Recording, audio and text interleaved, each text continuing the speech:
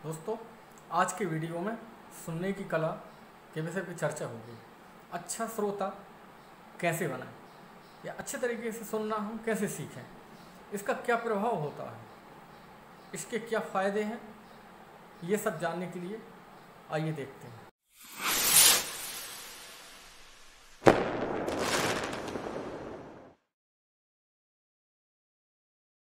नमस्कार दोस्तों, मैं आपका दोस्त health wealth lifestyle advisor Rakesh Singh Bakshi.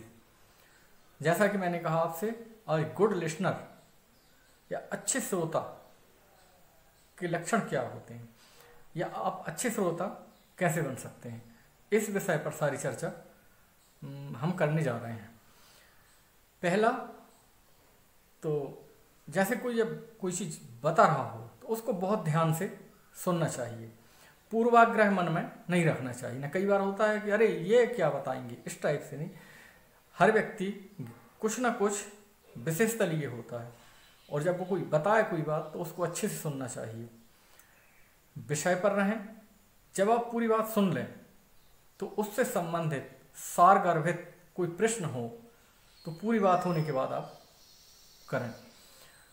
एक बात और, जब कोई अच्छे से सुनता है तो बताने वाले को वो प्रिय लगता है, तो इससे व्यक्तित्व का विकास होता है, बात भी समझ में आती है, ज्ञान में वृद्धि होती है।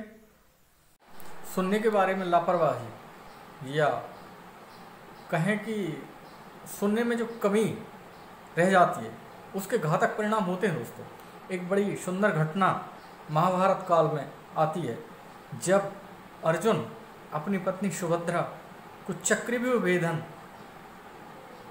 भेदन की कला सिखा रहे थे।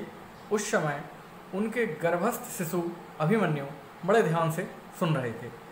7 दरवाजे कैसे तोड़े उन्होंने, पहले से लेकर 7 तक दरवाजे तोड़ना सुने, लेकिन 8वां दरवाज़ा जब तोड़ना बता रहे थे उस समय सुभद्रा को नींद आ गई, जिसके कारण से अभिमन्यु 8वां दरवाज़ा की जो तोड़ने की कला है वो नहीं सीख पाए, जिसका परिणाम यह हुआ कि युद्ध में उनको हार देखनी पड़ी और हार के साथ साथ उनकी मृत्यु भी उसी कारण से हुई।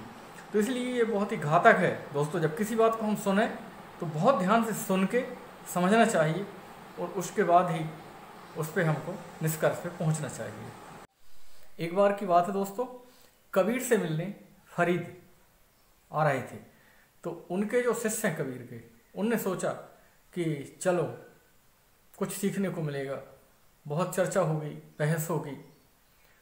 तो फरीद आए और कबीर के यहाँ 3 दिन रुके। दोनों बड़े अपने समय के बड़े संत हुए हैं, तो इन दोनों की जब चर्चा हो तो कबीर जब बोलें तो फरीद कहें हाँ, और जब फरीद बोलें तो कबीर भी कहें हाँ सही है। तो शिष्यों ने सोचा कि यार ये क्या है, वो बोलते हैं तो वो हाँ बोलते हैं और वो बोलते हैं तो फरीद हाँ बोलते हैं।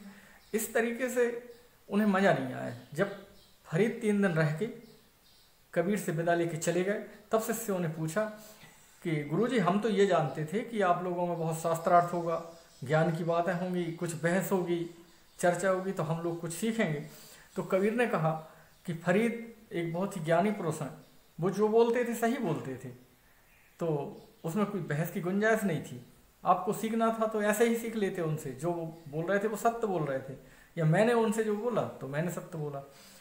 तो कहा भी क्या है दोस्तों कि यदि 2 समझदार व्यक्ति जब मिलते हैं तो उधर बहस या जो डिबेट होती है उसकी कोई गुंजाइश होती नहीं है। एक समझदार या एक ज्ञानी पुरुष और एक अज्ञानी पुरुष मिले और अज्ञानी कुछ सीखने को तैयार हो, तब भी बहस की कोई गुंजाइश होती नहीं है, चर्चा की गुंजाइश होती नहीं, क्योंकि वो खुले हृदय से ज्ञानी पुरुष की बात सुन के सीख लेता है। लेकिन जब 2 मूर्ख मिलते हैं तो उनमें पूरी तरह से सिर्फ बहस ही होती है। चर्चा के दौरान ना तो वो उसकी सुनने के लिए तैयार होता है, ना वो उसकी सुनने को तैयार होता है, सिर्फ एक बहस के मूड में होते हैं। ये रास्ता देखता रहता है कि ये कब चुप होगा और मैं बोल पड़ूंगा, और जब वो बोलने लगता है तो वो भी रास्ता देखता रहता है कि वो तर्क ढूंढता है मन में कि इसके उत्तर में हम क्या कहेंगे। बस जैसे ही वो चुप होगा, चुप होने का इंतजार भी नहीं करते, बीच बीच में बोलते हैं रुकिए रुकिए 1 मिनट मेरी सुनिए, इस टाइप से नहीं होना चाहिए।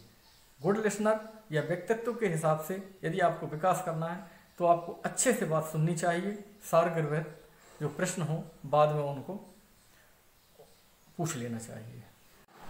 दोस्तों, व्यक्तित्व विकास की दूसरी कड़ी सुनने की कला आप सीख चुके होंगे, ऐसा मेरा अनुमान है। आप अपने व्यक्तित्व में 4 चांद लगाएंगे और एक गुड लिसनर या अच्छे श्रोता बनेंगे।